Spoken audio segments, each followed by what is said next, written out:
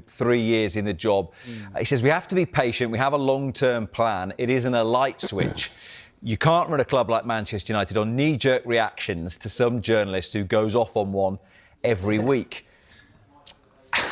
Is that a little bit inaccurate, given the lack of progress that so many people seem to have highlighted with Man? Again, I blame a big part of it of their recruitment. Their recruitment is nowhere near good enough at that football club. Nowhere near good enough. And that is why they're struggling at the moment. But he got a good result last time out against Sunderland. Now the pressure's on because they go and play Liverpool, and everyone can say, oh, it's the perfect game because there's no pressure on them. There is pressure on them because Liverpool haven't been in good form, and it's still one of those games where you have to turn up and deliver.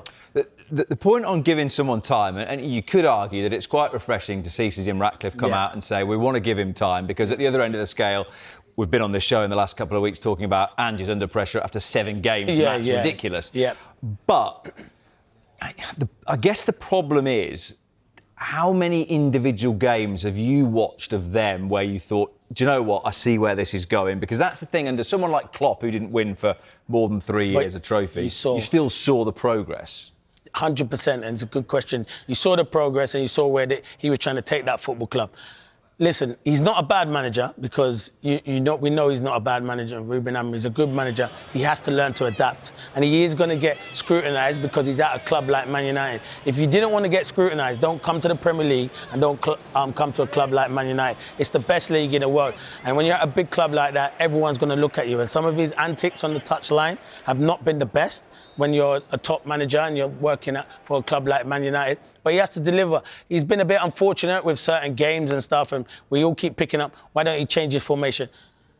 Make no bones about it, he's not changing his formation. He's sticking to what he knows. But good managers know how to adapt. And at the moment, he hasn't adapted at Man United. I'm not saying don't start with that formation, Rob, but I'm saying sometimes when you end a game, you can change that formation if it's not going right to you. And you see the top managers doing that. And that's where he comes a bit short at the moment. But listen, I don't ever want to see a manager lose his job. I hope he becomes a success at Man United. But at the moment, it's a big call. He's got his chairman backing him. He'll be happy, so he has to deliver.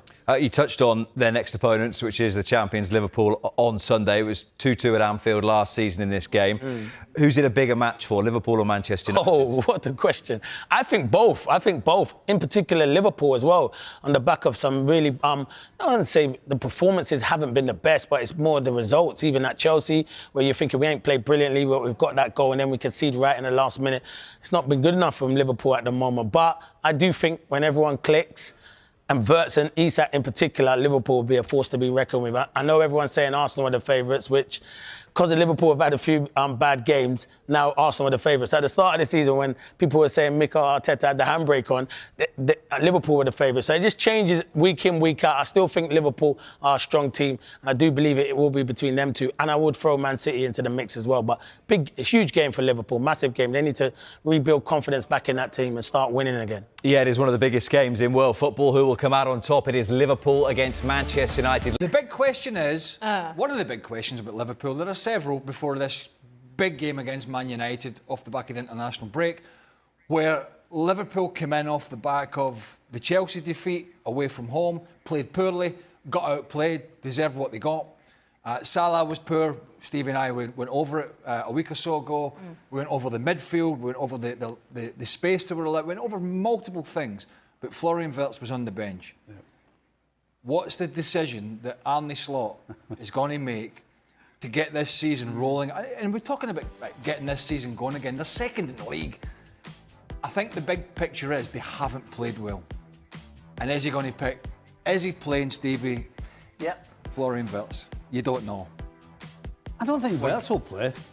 You don't think he'll play? I thought the question was going to be Ekitike or Isak.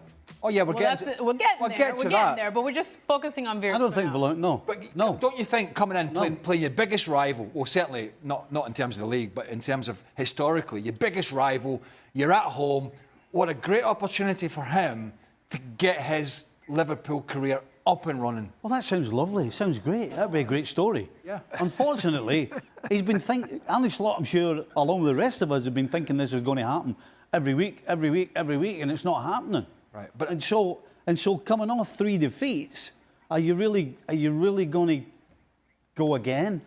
I don't think he will. But at home, away from home, kind of see that picture away from home. It's a possibility. At home. If Konaté's fit, right? He's playing number 10. It's a possibility that Wirtz might play. If Konaté's not fit, then he's going to have to move Gravenberch back and maybe play Endo. So you can't play Endo and you can't play Wirtz.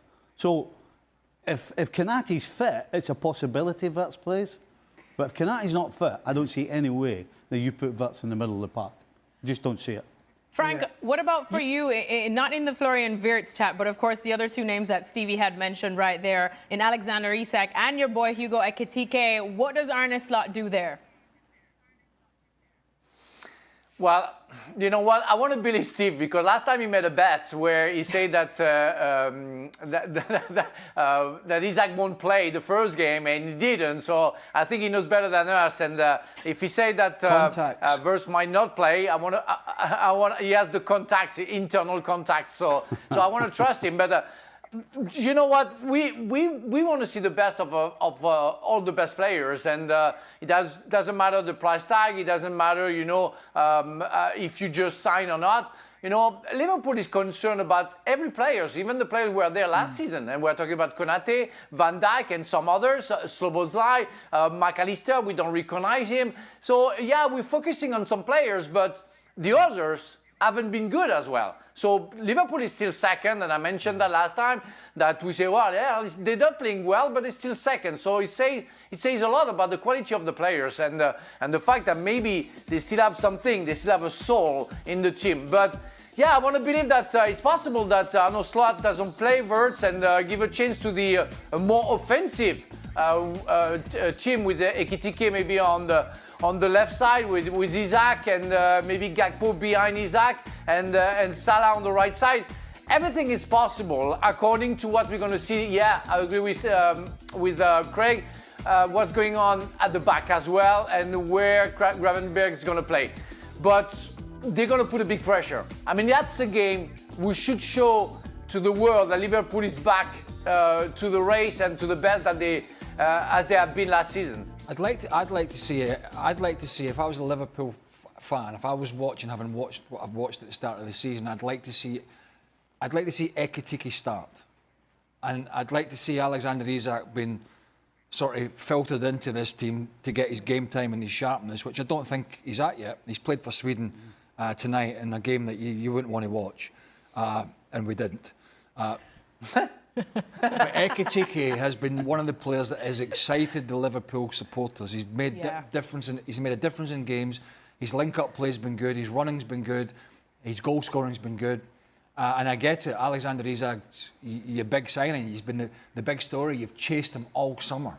He basically, we could argue about it, but he went on strike, or he went back to train with Real Sociedad. He pushed the move through. So it's understandable when you spend that kind of money, you want to get somebody in the team, but not to the detriment of the team getting the points. And you can't argue that Ekitike at the start of the season, is the man. Since the Community Shield onwards, has, apart from his faux pas in the Carabao Cup where he took his shirt off for the second booking and he missed the Crystal Palace game, he's been excellent. So that's another big call. But you know what it's like though, Craig? It's not always straightforward. It just doesn't always come down to form. Because if it's on form, then it's a no-brainer. Ekitike has to start. So what I don't think he'll start him. What's the barrier? Well, I think the barrier is it's your big signing. You're trying to get him up to speed.